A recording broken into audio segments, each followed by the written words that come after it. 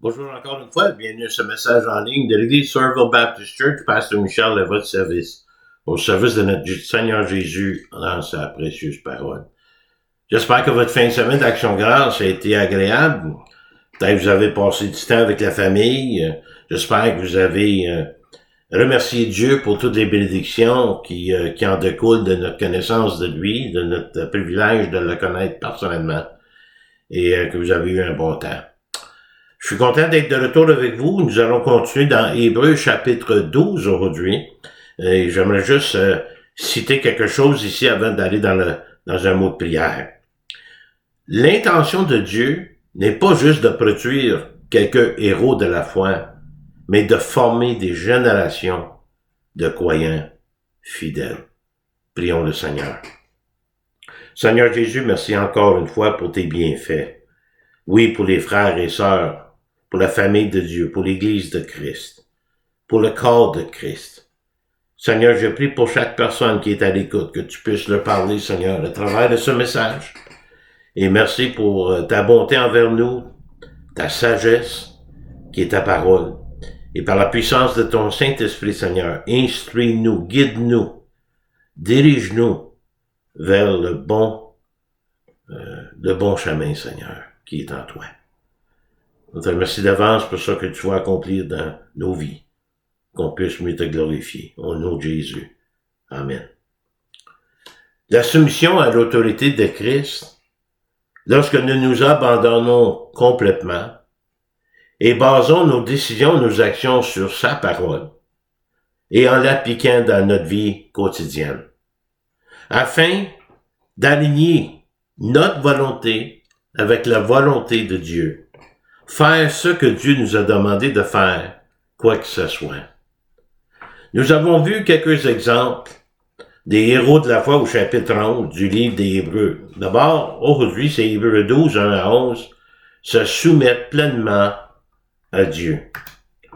Dans les versets 30 à 35a, nous avons vu la foi appliquée, victoire sur les circonstances, où certains croyants qui ont été délivrés de manière miraculeuse, grâce à l'intervention divine, remportant la victoire sur leurs ennemis et les circonstances défavorables auxquelles ils ont été confrontés, en apportant la gloire au nom de Dieu. Dans les versets 35b à 40, la foi confirmée, ceux qui ont anticipé la récompense ultime. Les autres croyants qui étaient prêts à payer le prix de leur foi. Ceux qui n'ont pas été délivrés de manière miraculeuse. Ceux qui n'ont pas eu l'occasion de goûter à la victoire sur leurs ennemis, ni sur les circonstances défavorables auxquelles ils ont été confrontés ici sur terre. Mais eux aussi, cependant, grâce à l'intervention divine, ils ont été renforcés pour devenir des martyrs, dans l'attente de quelque chose de mieux, afin de glorifier le nom de Dieu. Nous avons aussi considéré l'Église persécutée dans le monde d'aujourd'hui. Nous aurons un temps de prière le 10 novembre pour l'Église persécutée avec porte ouverte. Et se rappeler aussi de ceux qui font face à la persécution, à la mort, à cause de leur foi. Ceux qui ont goûté à une victoire surnaturelle sur le plan spirituel. Et maintenant, alors que nous arrivons au chapitre 12 d'Hébreux, 3 choses qu'on doit considérer. Nous devons réfléchir en ce qui concerne notre propre foi, notre situation présente de la vie, notre relation avec Christ, et de vouloir nous soumettre volontairement à sa volonté pour notre vie. Deuxièmement, comment est-ce que comprendre ou essayer de comprendre parfois comment Dieu veut changer la personne que nous étions autrefois pour être la personne que Dieu veut que nous soyons maintenant. Et vous savez, ça c'est un travail qui est toujours en cours jusqu'au dernier souffle. Et troisièmement, c'est de partir d'où ce que nous sommes actuellement, spirituellement, pour aller là où Dieu veut nous amener. Pour être préparé et équipé pour faire face à toute situation que Dieu pourrait nous envoyer. Après avoir reçu tous ces exemples de foi du peuple de Dieu à travers les âges au chapitre 11, nous sommes maintenant exposés à un autre exemple, l'exemple de Christ. où nous voyons sa soumission complète et volontaire pour accomplir le plan de Dieu pour nous, même jusqu'à la croix, pour acheter nos âmes. Ce qu'il faut retenir ici tout d'abord. La lettre aux Hébreux a été écrite à des croyants récemment convertis et qui étaient persécutés pour leur foi. Ceux qui étaient tentés de se retourner sous la loi, et ça qui signifierait de revenir à un système de légalisme au niveau religieux, avec le système de sacrifice de l'Ancienne Alliance. Au lieu de mettre pleinement leur foi en Christ et d'être prêts à défendre cette foi et à vivre cette foi, ici ils sont encouragés et exhortés de ne pas abandonner et en effet de persévérer.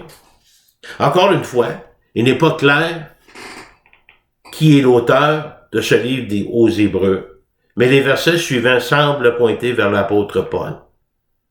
Parce que l'apôtre Paul a utilisé des illustrations du monde de l'athlétisme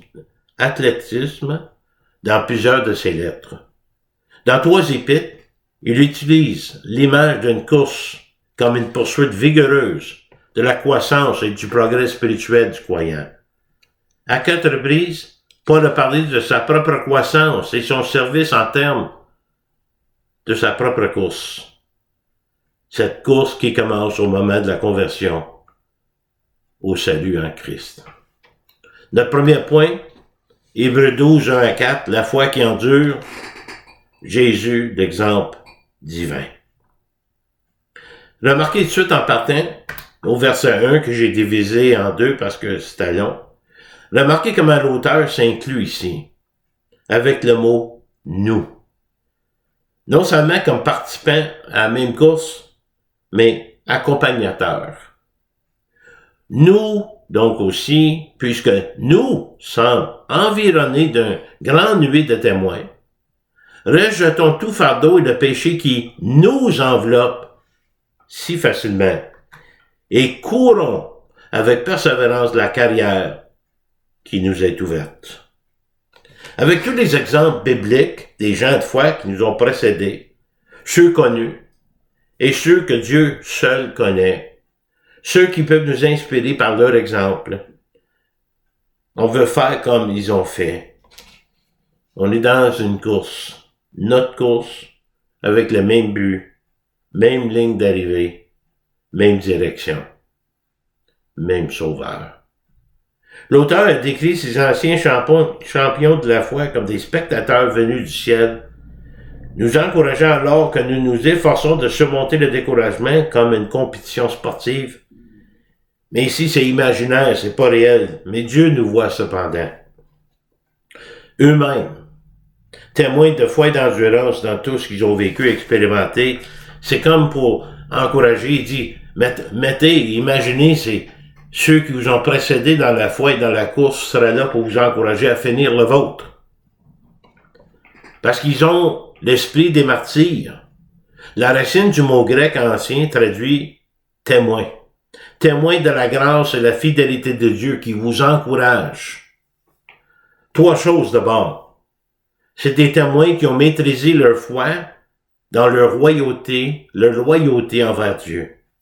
Deuxièmement, des témoins qui ont accompli leur mission de vie, leur carrière avec dévotion et détermination pour Dieu. Et troisièmement, des témoins qui ont bien terminé leur course faisant confiance à la fidélité et la grâce de Dieu. Il nous suggère comment faciliter la tâche et être plus en forme pour la course en considérant 2 obstacles majeurs. Dans notre course, nous devons mettre de côté tout le poids inutile, tout ça qui empêcherait de courir librement et sans entrave.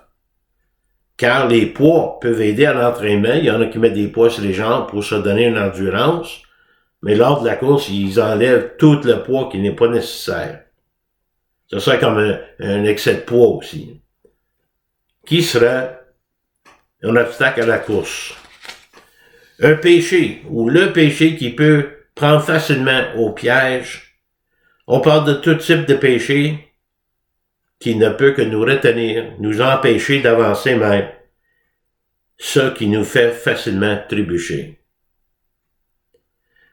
Avant la course, nous avons aussi notre propre course, mais Dieu nous appelle à les terminer avec joie, mais cela ne peut pas arriver qu'avec endurance. L'endurance nous aide à avancer régulièrement à une bonne vitesse, en refusant d'être gênés par des distractions inutiles puis en masse, même lorsque nous sommes tentés de ralentir, voire abandonner la course. Une note intéressante dans les commentaires, le mot anglais « agonie » vient du mot grec qu'on utilise pour l'endurance ici. Ayant notre propre course, qui va demander des efforts et de l'engagement, Dieu veut que nous courions et que nous terminions correctement en gardant nos yeux sur lui. Comme exemple, au verset 2, « Ayant des regards sur Jésus, le chef et le consommateur de la foi, en vue de la joie qui lui était réservée, a souffert la croix, méprisé l'ignominie, et s'est assis à la droite du trône de Dieu. » Regardez à Jésus en se concentrant sur lui, qui est l'objet de la foi et du salut.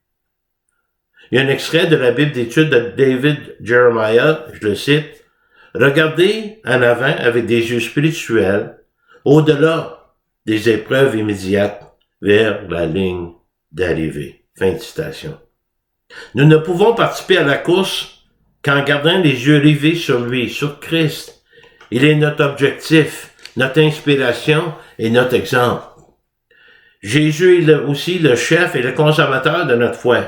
Il est le début et la fin de notre course, notre foi, nous conduisant jusqu'à la ligne d'arrivée pour la gloire de son Père, pour sa gloire. Regardez, Jésus signifie de trouver la vie, la lumière, direction, encouragement, joie. Ne cessez jamais de regarder celui qui vous regarde toujours, Charles Spurgeon, qui a dit cela. Pour la joie qui lui était proposée, Jésus pouvait regarder au-delà de l'horreur de la croix, pour jouir de la joie au-delà de la croix. Jésus a pu endurer l'épreuve de la croix parce qu'il comprenait le bien qui en résulterait, le bien d'un peuple racheté et secouru, honorant Dieu pour l'éternité. Il nous faut garder le même état d'esprit, permettant à ces chrétiens juifs, à qui il l'a écrit, et à nous-mêmes, de perdurer, de garder nos yeux fixés sur lui. Jésus a enduré la croix, la honte, et nous devons nous rappeler que, quoi que nous souffrions et endurions, n'est rien en comparaison avec Christ. Rappelez-vous qui il est et ce qu'il était prêt à faire pour vous. Alors Jésus s'est assis à la droite du trône de Dieu. Et cela indique clairement la glorification de Jésus. Lui, il a fini sa course. L'application, c'est notre course, c'est notre tour de courir. La ligne d'arrivée est le plus proche qu'avant. Nous devons être sûrs que nous participons activement à la course de la foi en et avec le Christ, et que nous pouvons nous contenter de cela, mais de ne pas nous contenter de rester sur le banc dans les estrades en tant que spectateur. C'est plus temps de regarder les autres courir, mais de courir soi-même. De même qu'un coureur dans les jeux doit garder les yeux fixés sur la ligne d'arrivée et non sur l'adversaire, de même nous devons garder les yeux fixés sur Christ et sur sa joyeuse récompense, verset 3. Considérez en effet celui qui a supporté contre sa personne une telle opposition de la part des pécheurs, Jésus, afin que vous ne lassiez point l'âme découragée. Sur la croix, Jésus a supporté cette honte infernale. Il a goûté à la colère de Dieu, le fait d'être séparé de son Père pour un temps, afin d'accomplir notre rédemption. La punition que nous devions recevoir est tombée sur lui. Ces premiers croyants étaient confrontés à des menaces constantes d'être mis en prison et la possibilité d'être torturés et tués pour leur témoignage de foi. Ça commençait à peine. J'aimerais aller dans Jean, chapitre 15, pour voir quelques conseils divins des mots de Jésus lui-même. Si vous gardez mes commandements, ma parole, vous demeurez en mon amour, dans mon amour, de même que j'ai gardé les commandements de mon Père et je demeure dans son amour. Garder ses commandements, c'est nous soumettre à sa parole, à l'autorité de sa parole. De demeurer dans son amour, c'est connaître son amour sur une base personnelle, de lui faire confiance par l'obéissance et avec une dévotion sincère et honnête. Comme disciple de Christ qu'on devait être. Jésus a accompli cela à l'égard de son Père. Donc le disciple doit l'accomplir à l'égard de Jésus. Cela est attendu de tous les disciples du Christ, et c'est ça que Dieu s'attend de nous. La joie de connaître et d'avoir Jésus pour eux-mêmes. Je vous ai dit ces choses afin que ma joie soit en vous et que votre joie soit parfaite. La joie de Jésus ici ne veut pas dire la joie d'avoir une vie facile, mais le contentement d'être en règle avec Dieu et de marcher consciemment dans son amour et ses soins.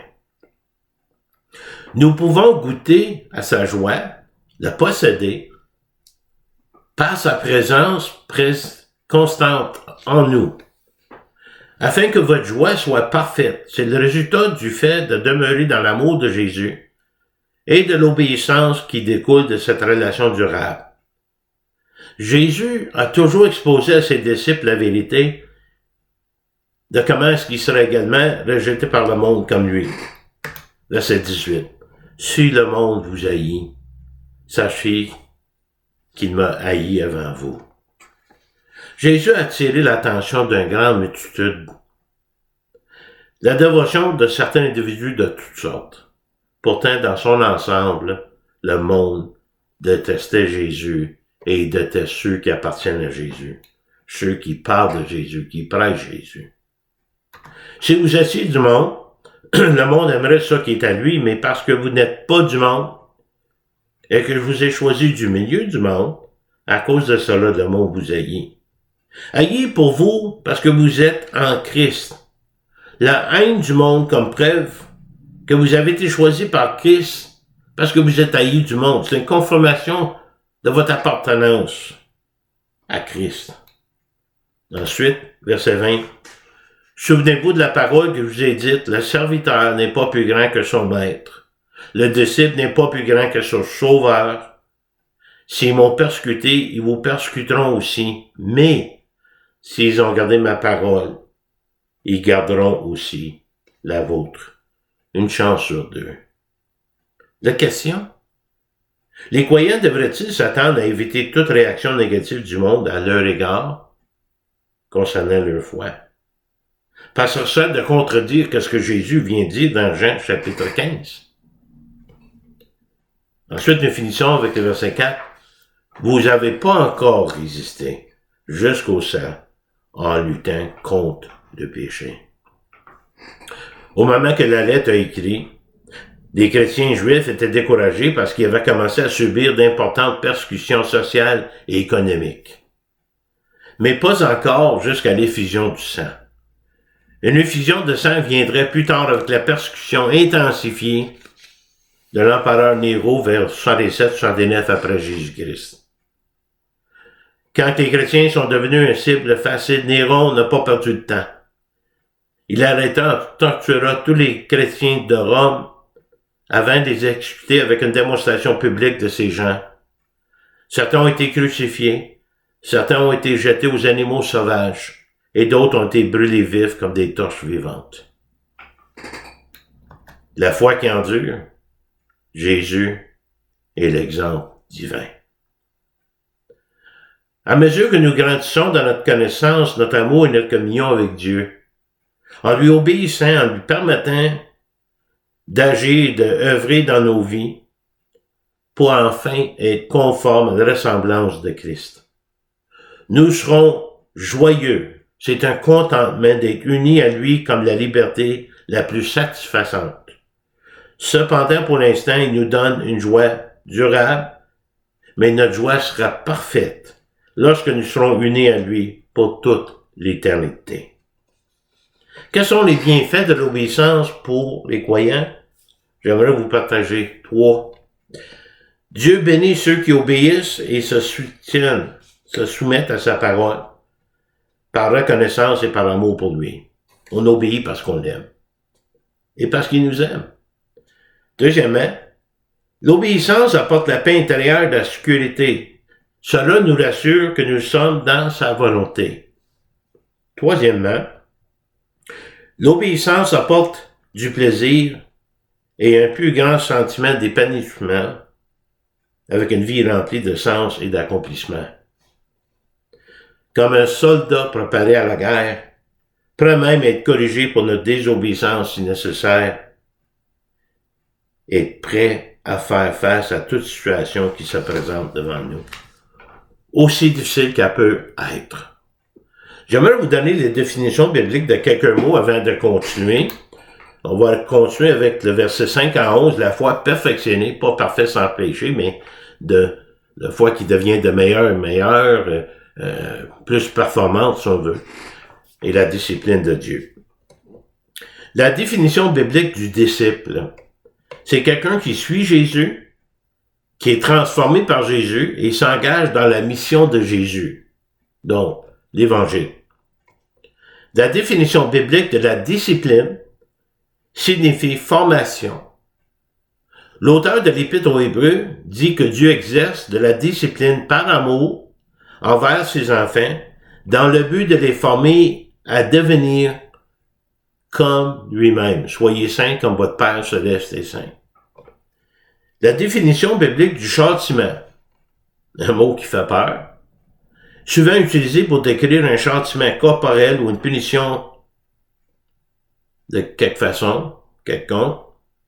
Certains croyaient et prêchaient aux gens que Dieu punissait les siens avec le châtiment. Il faut faire attention.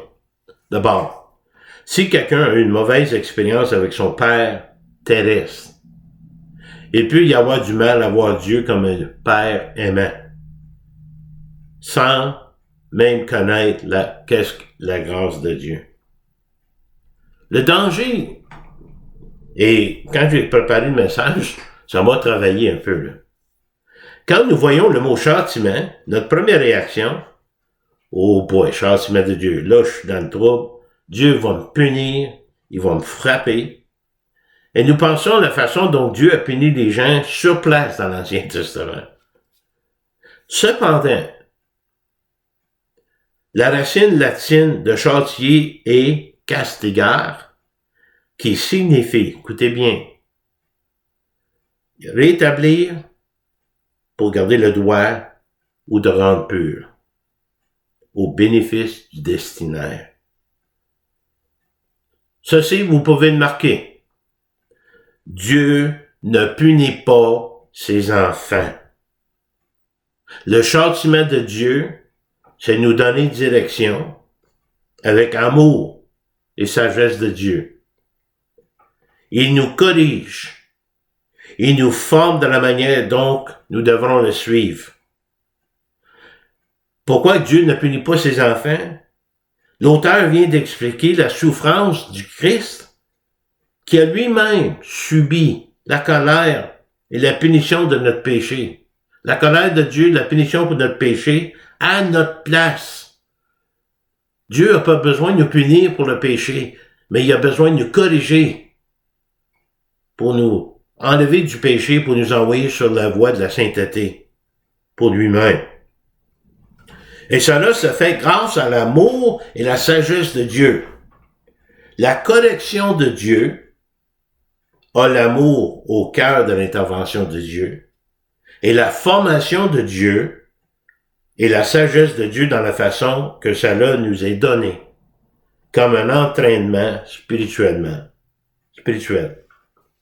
Illustration, parce qu'on parle de course et tout ça, C'est comme avoir Dieu comme entraîneur et coach au niveau personnel, qui exige parfois un effort supplémentaire et ardu pour renforcer notre foi, dans le but de produire l'endurance chez nous, et cela qui nous aide à soumettre volontairement à l'autorité du Seigneur, parce que c'est pour notre bien ça qu'il fait, même si c'est souffrant.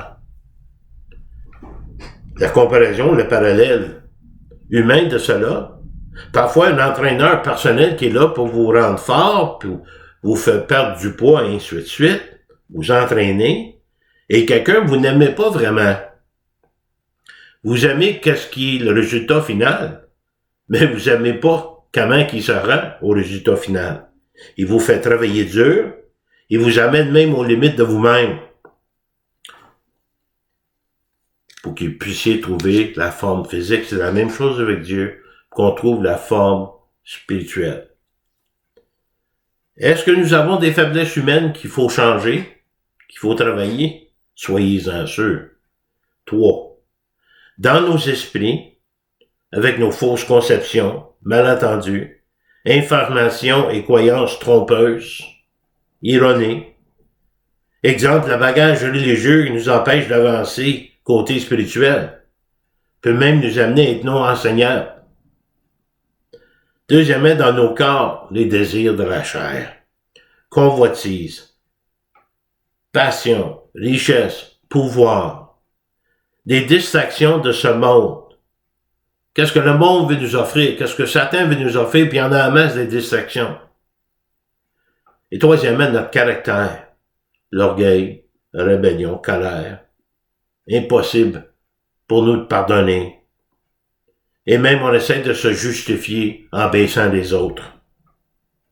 Quand nous reconnaissons nos faiblesses humaines,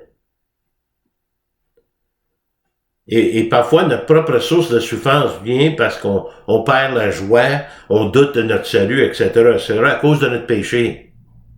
Mais quand nous reconnaissons nos faiblesses humaines, ou ce que nous étions égocentriques au lieu d'être centrés sur Christ, nous nous tournons vers le Seigneur pour du changement.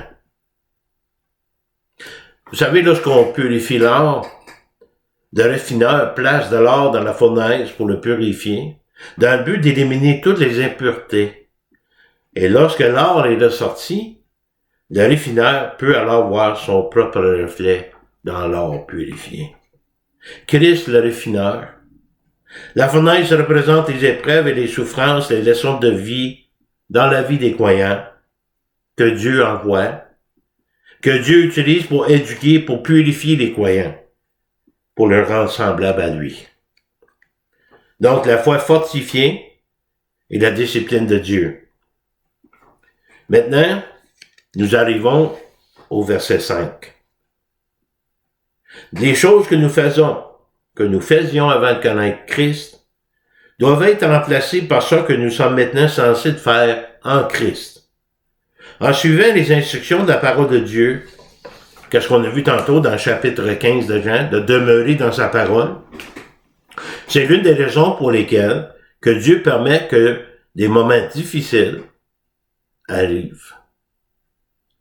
Et pourquoi il permet des situations, des circonstances difficiles qui surviennent dans notre vie? Voilà, pour nous rendre semblables à lui.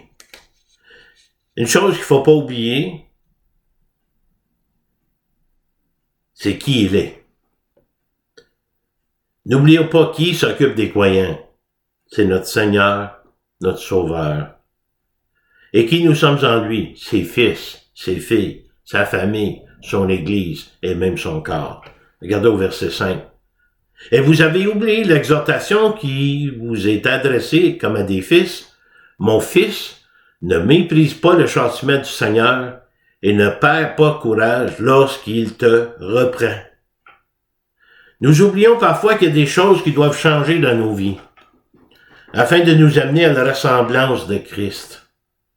Cependant, dans les moments d'épreuve et de stress, de nombreux chrétiens se demandent sérieusement si Dieu est toujours aux commandes, et même s'il les aime toujours. Écoutez bien ceci. Dieu permet tout ce qui arrive. Et nous savons qu'il a certainement le pouvoir d'arrêter les choses difficiles. Il pourrait le faire en claquant les doigts. Mais rappelez-vous, Dieu ne peut jamais être l'auteur ou la source du mal. Mais quelle leçon, comment comprendre cela? Il permet aux autres de choisir le mal avec leur liberté de choix. Exemple, Pharaon, Hérode, Judas, Satan. Mais il peut utiliser le mauvais choix d'un autre fait, même un autre croyant peut faire un mauvais choix, pour réaliser son dessein, afin de démontrer sa justice et sa droiture contrairement du mal. Tout s'arrange pour le mieux pour ceux qui aiment Dieu. Même si le cœur de Pharaon a été endurci, Dieu a fini par libérer son peuple quand même. Mais ça n'a pas été facile. Ne méprisez pas, ne vous laissez pas décourager par l'intervention du Seigneur, la correction, la réprimande. En tant que fils, en tant que fille de Dieu, nous pouvons s'attendre que cela arrive. Mais on doit se rappeler de l'amour de Dieu pour nous, qui ne change pas. Même si on obéit puis on se soumet à sa parole davantage, il nous aimera pas plus. Il peut pas nous aimer plus de qu'est-ce qu'il nous a aimé à la croix. Et si vous désobéissez, il peut pas vous aimer moins. Il n'est pas humain.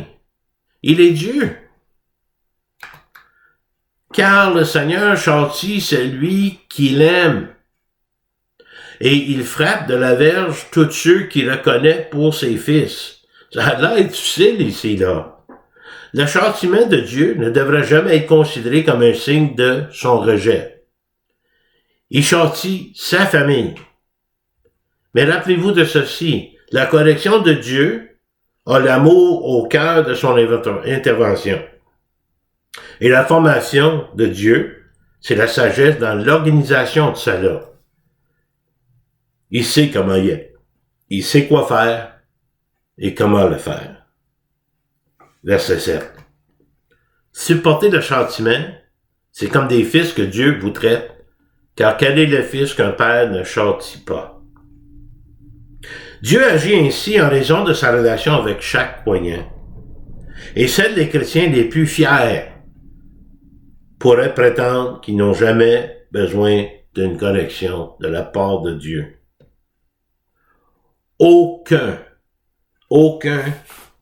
Excusez-moi, je vais juste écrire de quoi ici. Aucun croyant n'est au-dessus des interventions de Dieu. Aucun. Tôt ou tard, il y a des leçons de vie, on doit changer les choses. Mais si vous êtes exempt du châtiment, auquel tous on part, tous, vous êtes donc des enfants illégitimes et non des fils.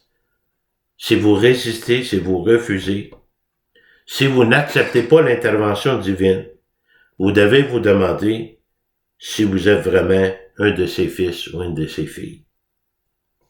Nous devons toujours réfléchir à la raison pour laquelle Dieu nous corrige et nous forme. Et quel sera le résultat final? C'est son œuvre. Dieu ne fait jamais rien à moitié, mais rend chaque chose à terme. On doit regarder la ligne de finition de ligne de la fin de la course.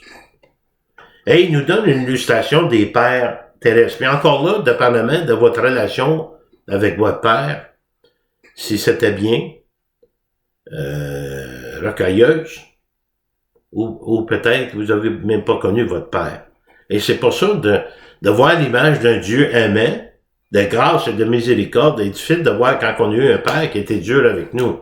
Mais regardez ici, normalement le père et la mère, les parents.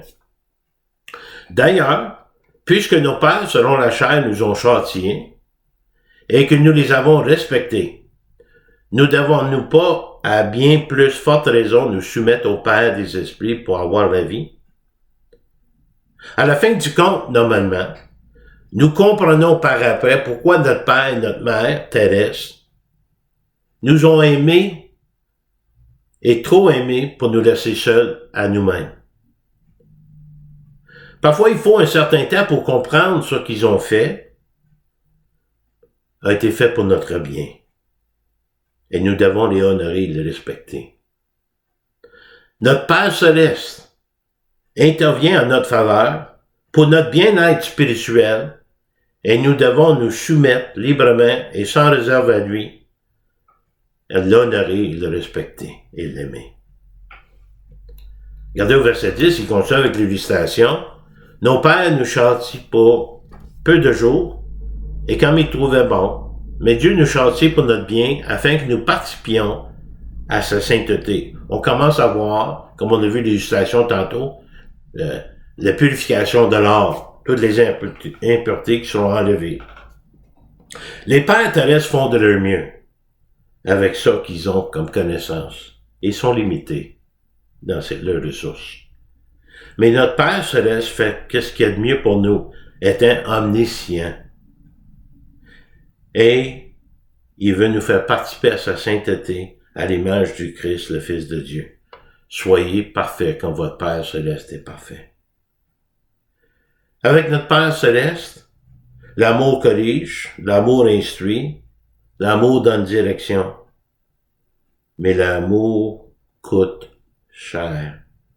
L'amour de Dieu pour nous qui est éprouvé, démontré à la croix, payé à la croix, pleinement, tétélestai, au complet.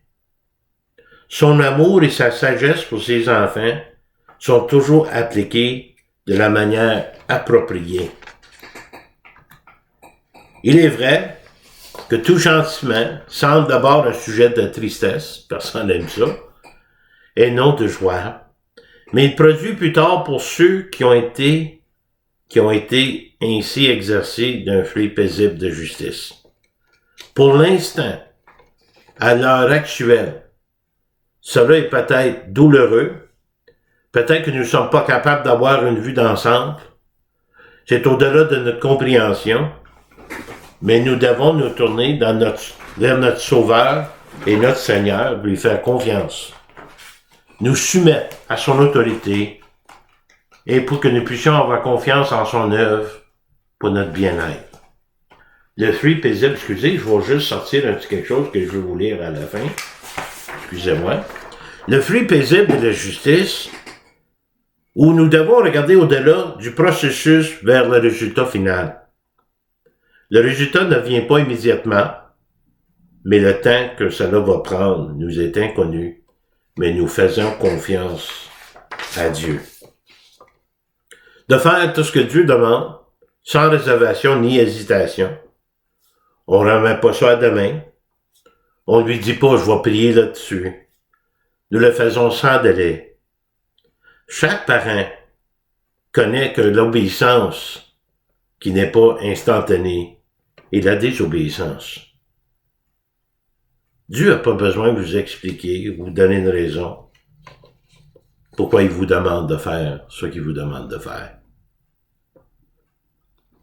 Assez intéressant. C'est la foi perfectionnée à travers la discipline de Dieu. Regardez ici. Le but de la discipline divine n'est pas de nous éloigner de Dieu, mais de nous attirer à lui, afin que nous puissions le connaître tel qu'il est et d'être semblable à lui. Quelques versets juste pour terminer. Mon fils, ne méprise pas la correction de l'Éternel et ne t'effraie point de ses châtiments. Car l'Éternel châtie celui qu'il aime, comme un père l'enfant qu'il chérit. C'est un beau verset. Heureux l'homme qui a trouvé la sagesse et l'homme qui possède l'intelligence. Et c'est là que ça vient de Dieu à travers de ses leçons de vie. Si vous êtes parent, instruis l'enfant selon la voie qu'il doit suivre et quand il sera vieux. Souvent, on voit pas l'effet immédiatement. Des fois, on voit pas l'effet du tout. Il s'en détournera point. Mais si vous l'avez fait par amour, à un moment donné, ça peut être une possibilité qui vienne au Seigneur à travers de ça. Ça, c'est pas une garantie. C'est une règle générale. Donc, la façon que Dieu nous montre sa voie, il nous dirige dans sa voie, nous amène à la fin de la course, où nous avons la victoire en lui. Prions. Merci Seigneur Jésus pour tes bienfaits.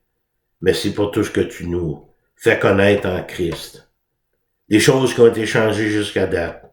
et les choses qui doivent suivre, qui doivent être changées, enlevées et remplacées avec quelque chose de meilleur, pour nous rendre semblables à notre Sauveur et Seigneur. Pour les croyants qui sont à l'écoute, Seigneur, c'est tout un passage. Parce qu'il y a de la souffrance pour s'améliorer. Mais c'est toi qui s'en occupe. On doit te faire confiance. Tu sais jusqu'à quel point nous pouvons être mis à l'épreuve, Seigneur. Et tu connais le résultat final. Seigneur, pour ceux qui ne te connaissent pas, par la puissance de ton Saint-Esprit, convainc-leur de leurs besoins spirituels. Le plus grand besoin de l'homme, c'est de connaître Dieu, de lui appartenir et de vivre la vie éternelle avec lui. Bénis chacun, Seigneur, c'est ma prière au nom de Jésus. Amen. Vous pouvez me contacter ici normalement, mardi matin à 9h jusqu'à vendredi après-midi, quand j'enregistre les messages. L'église Somerville Baptist Church, 819-889-2819. Il y a un répondeur aussi. Et si vous avez des questions, commentaires, critiques même, requête de prière, vous pouvez me contacter à mon courriel mihoule@netrevision.com. En attendant, merci de votre fidélité d'écoute. Que le Seigneur vous bénisse, qu'il vous garde. Demeurez dans sa parole, demeurez dans son amour. Et à la prochaine fois.